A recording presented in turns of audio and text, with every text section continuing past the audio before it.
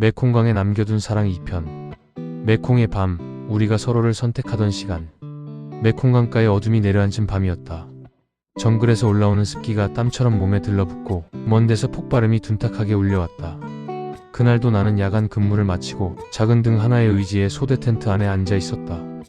헬멧을 벗어놓고 군화끈을 풀어낸 채로 린이 건네준 낡은 노트를 펼쳤다. 노트 첫 장에는 내가 어설픈 글씨로 써준 한글이 적혀 있었다. 한민수 1947 9 15 대한민국 경북 군면.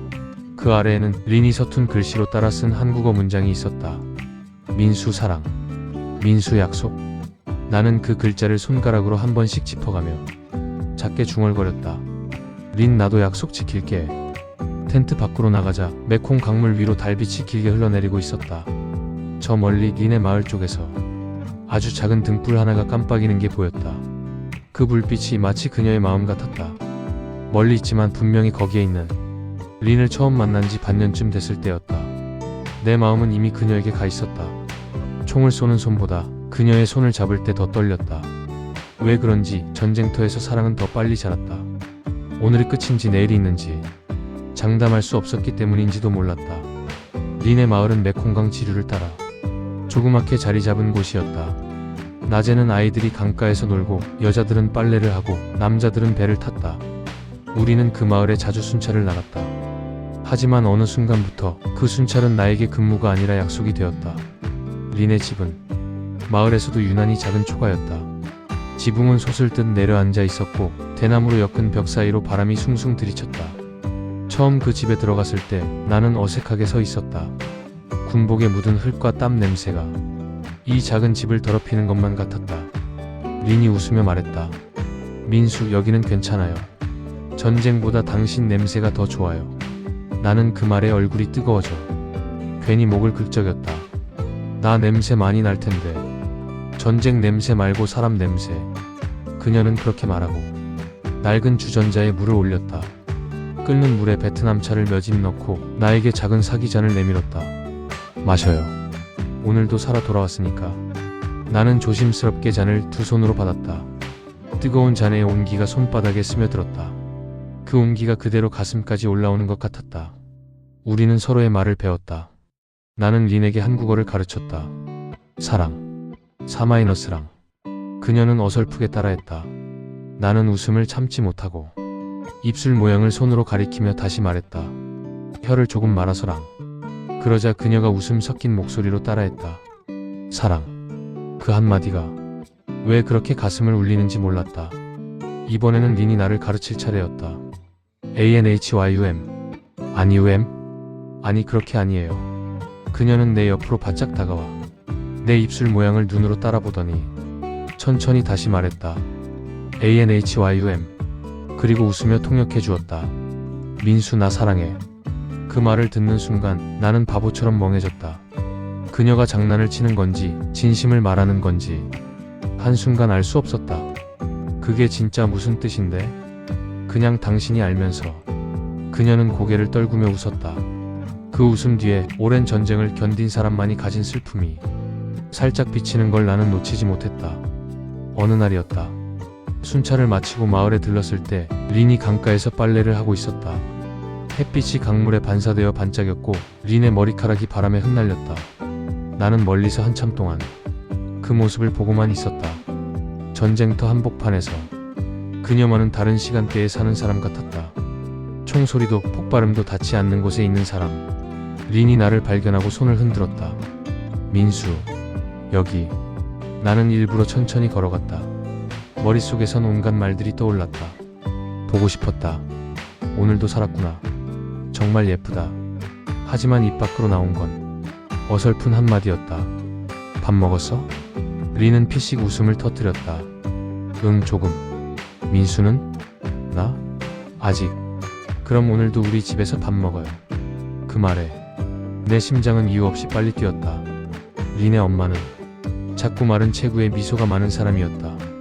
처음에는 한국군을 집 안으로 들이는 걸 조금 경계했지만 내가 몇 번이고 쌀과 비누, 약 같은 걸 가져가자 조금씩 마음을 열었다. 민수, 오늘도 왔네. 서툰 프랑스어와 손짓 발짓으로 우리는 의사소통을 했다.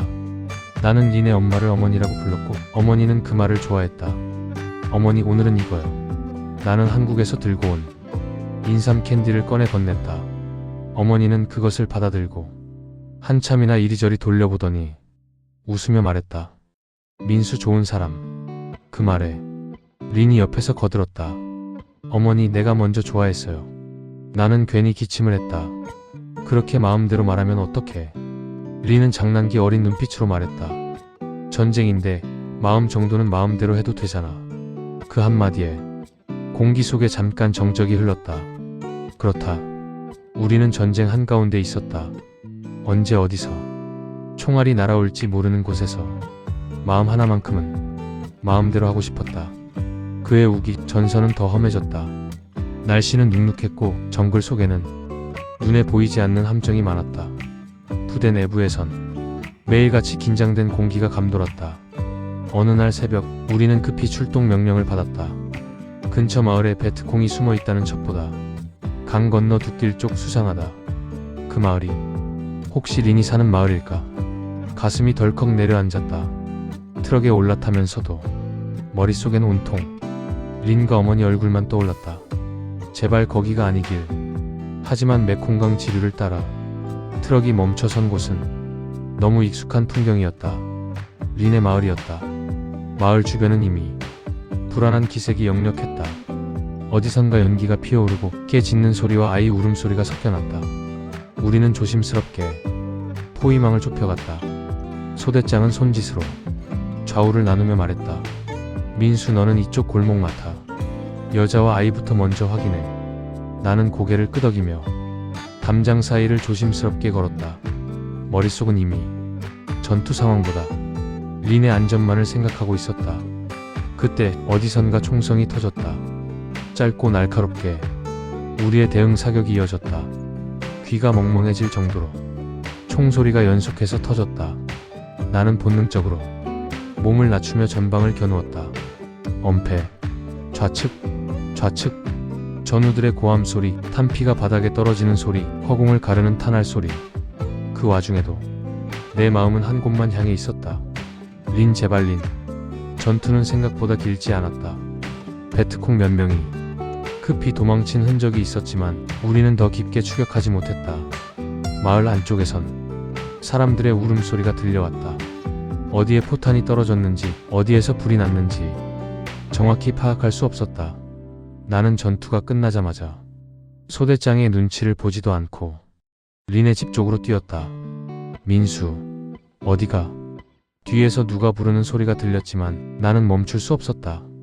강가를 돌아 마을 안쪽으로 들어서자 눈앞에 익숙한 초가가 보였다. 반쯤 무너져 내린 지붕, 문 앞에 널브러진 생활 도구들.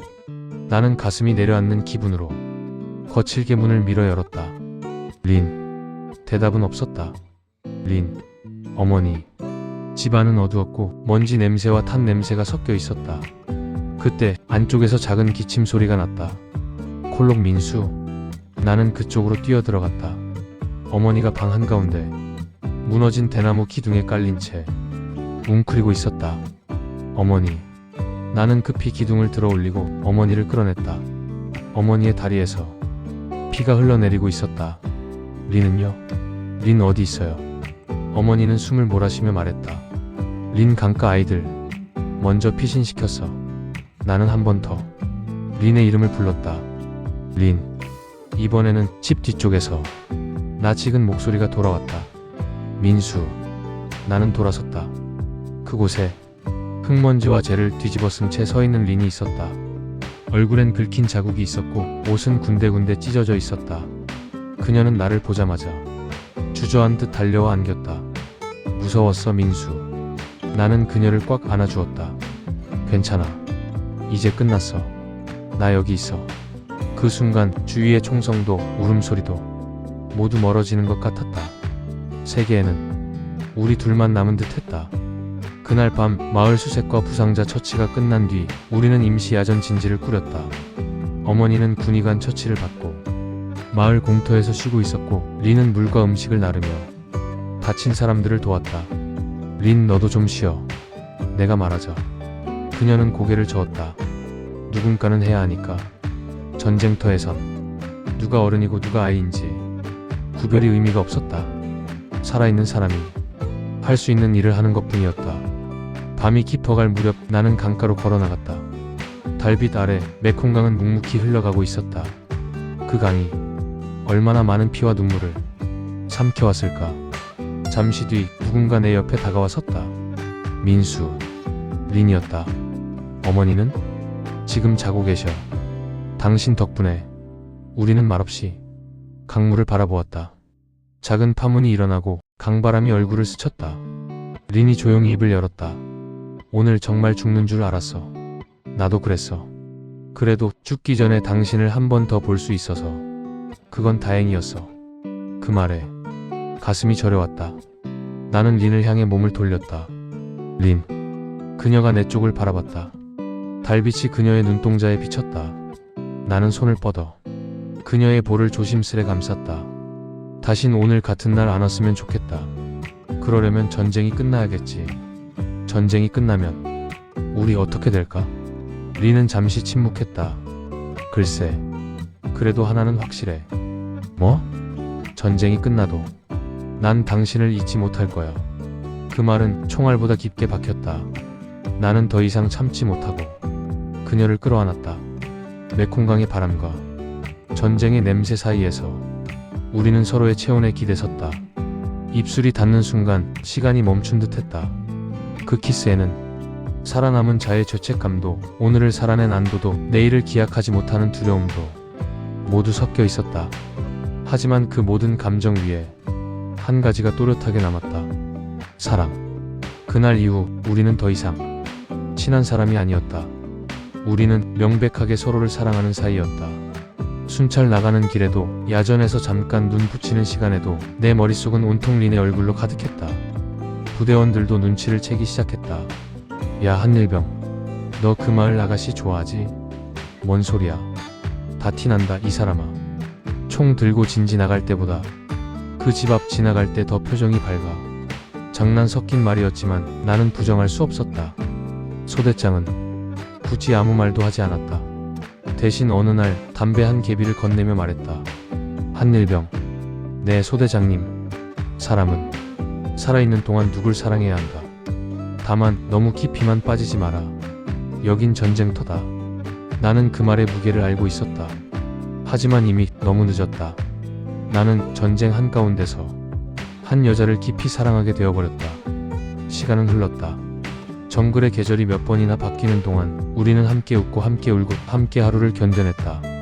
어느 늦은 밤 린이 내게 말했다. 민수, 나 할 말 있어. 그녀의 얼굴은 어딘지 달라 보였다. 눈빛은 단단했고 입술은 조금 떨리고 있었다. 왜 그래? 어디 아파? 아니, 아픈 건 아닌데. 그녀는 잠시 숨을 골랐다. 민수, 나 아기 가진 것 같아. 세상이 조용해졌다. 멈춘 건 총소리가 아니라 내 심장 박동이었다. 뭐라고? 아기. 그녀는 내 손을 가져다가 자신의 아랫배 위에 올렸다. 여기, 우리 아기. 손 아래에서 뭔가 꿈틀거리는 것만 같았다. 나는 말을 잃었다. 기쁨, 놀람, 두려움, 걱정. 온갖 감정이 한꺼번에 밀려왔다. 언제부터? 몇 달 됐어. 처음엔 혹시 잘못된 걸까 봐 말 못했어. 근데 이젠 확실해. 그녀의 눈에 눈물이 맺혔다. 미안해, 민수. 전쟁 중에 당신 힘들게 하는 것 같아서. 나는 그 말을 듣고 정신이 번쩍 들었다. 야, 린. 나는 그녀를 끌어안았다. 미안은 무슨 미안이야. 고마워야지. 이 미친 전쟁판에서 너랑 나, 이렇게 우리 둘을 닮은 생명이 생겼다는 게 얼마나 기적인데. 말을 하다가 목이 메었다. 린은 내 품 안에서 울었다. 무서워. 이 아이를 지킬 수 있을까봐. 당신이 언젠가 떠나게 될까봐. 나는 그녀의 어깨를 꼭 잡고 말했다. 린, 듣고 있어? 내 말 잘 들어. 전쟁 끝나고 나 한국 돌아가도 반드시 다시 올 거야. 너랑 우리 아이 찾으러. 내 이름, 내 주소 다 적어줬지? 혹시라도 우리가 먼저 못 오면 나중에 우리 아이가 커서 나를 찾아와도 좋아. 어떻게든 우리는 다시 만날 거야. 그 말은 약속이라기보다 기도에 가까웠다. 리는 울면서 고개를 끄덕였다. 믿을게. 민수 믿을게. 우리는 메콩강 바람이 스며드는 밤 서로를 꼭 끌어안고 한참 동안 울었다. 기쁨과 두려움, 희망과 절망이 모두 뒤섞인 눈물이었다. 하지만 현실은 느리게 다가오는 게 아니라 갑자기 들이닥쳤다. 1970년 봄 부대의 명령이 내려왔다. 부대 재편성 및 철수 준비. 일부 병력은 순차적으로 귀국 조치. 그 명단에 내 이름이 있었다. 한민수. 나는 그 종이를 들고 한참 동안 말없이 서 있었다. 전우들은 각자의 방식으로 반응했다.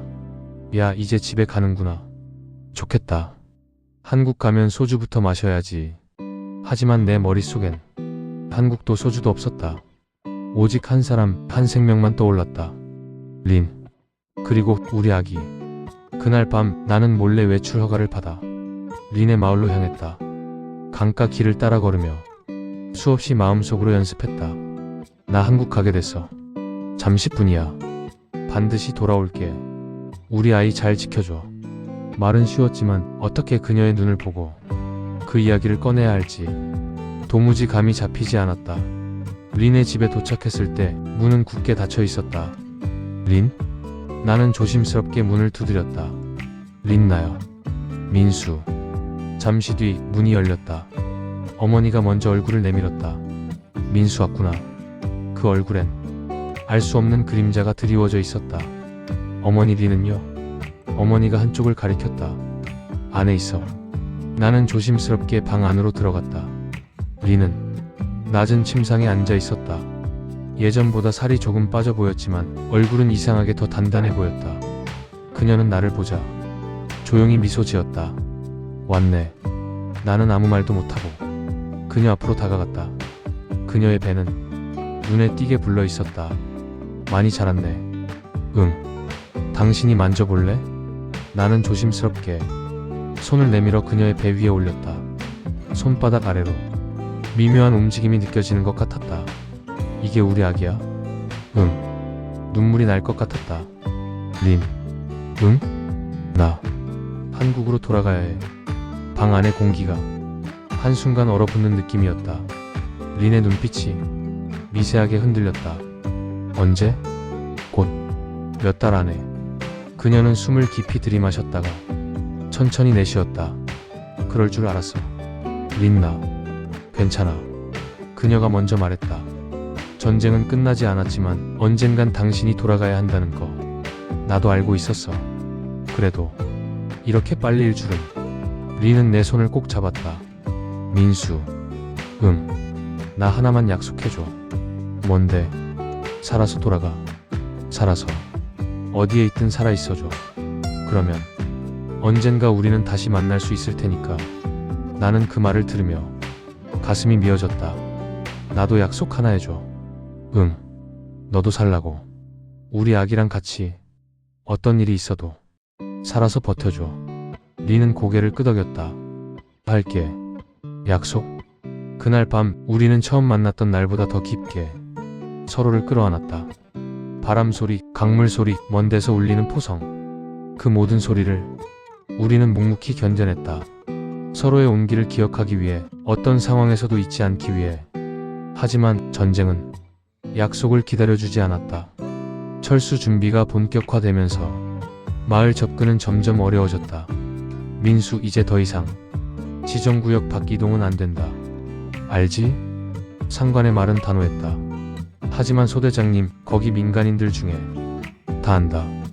그래도 명령은 명령이다. 나는 이를 악물었다. 마지막으로 한 번만 린과 아기를 보고 싶었다. 하루는 야간 경계 근무를 자청해 나간 뒤 몰래 울타리를 넘어 강가 쪽으로 걸음을 옮겼다. 달빛이 없는 밤, 발밑에 무엇이 있는지도 보이지 않았다. 린. 마을 가까이 다가갈수록 가슴이 쿵쾅거렸다. 하지만 마을에 도착했을 때 내 눈앞에 펼쳐진 건 상상하던 풍경이 아니었다. 불에 그을린 집터들, 무너져 내린 지붕들, 사람 그림자 하나 보이지 않는 골목. 마을은 이미 한 번 더 공격을 받은 뒤였다. 나는 미친 사람처럼 이 집 저 집 문을 열어줘 쳤다. 린, 어머니. 대답은 없었다. 린의 집터 앞에 서자 나는 그대로 무릎을 꿇었다. 집은 절반이 무너져 있었고 문짝은 어디론가 사라진 지 오래였다. 강가 쪽에서 노인의 목소리가 들려왔다. 너 한국군 한민수? 나는 고개를 번쩍 들었다. 강가에 앉아있던 마을의 노인이 나를 바라보고 있었다. 린 어디 갔어요? 노인은 한참 동안 나를 바라보다가 말했다. 며칠 전 밤 다시 전투 있었어. 여기 더 이상 안전하지 않다고 해서 여자와 아이들 다른 마을로 피신했어. 어디로요? 노인은 고개를 저었다. 나도 몰라. 다들 급하게 떠났어. 린이 너 이름 부르면서 울더라. 민수 미안해 하면서. 그 말을 듣는 순간 심장이 찢어지는 것 같았다. 여기 린이 너한테 전해달라고 맡기고 간 거 있다. 노인이 남루한 주머니에서 조심스럽게 무언가를 꺼냈다. 린이 늘 목에 걸고 다니던 작은 천조각이었다. 그 안에는 내가 써준 주소가 적힌 종이가 구겨진 채 들어있었다. 나는 그 천조각을 손에 꼭 쥐었다. 린은 살아있겠죠? 노인은 잠시 하늘을 올려다보았다. 그 아이는 강해. 그리고 이 강이 지켜줄 거야.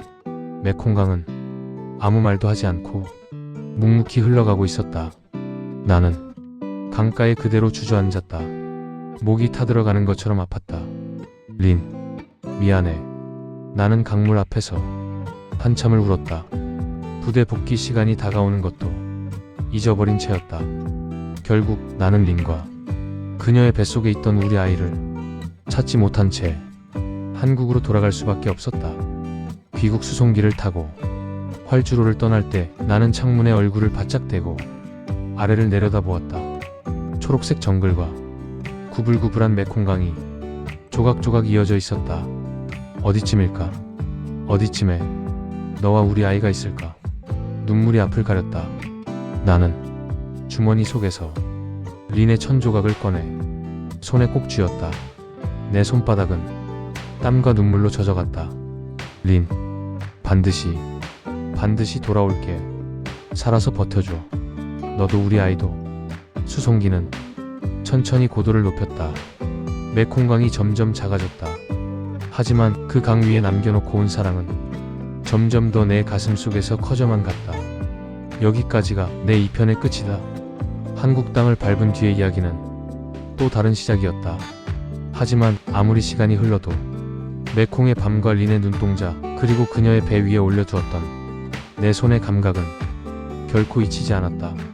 그건 전쟁이 남긴 상처이자 내 삶이 끝날 때까지 나를 붙잡고 있을 유일한 희망이었다.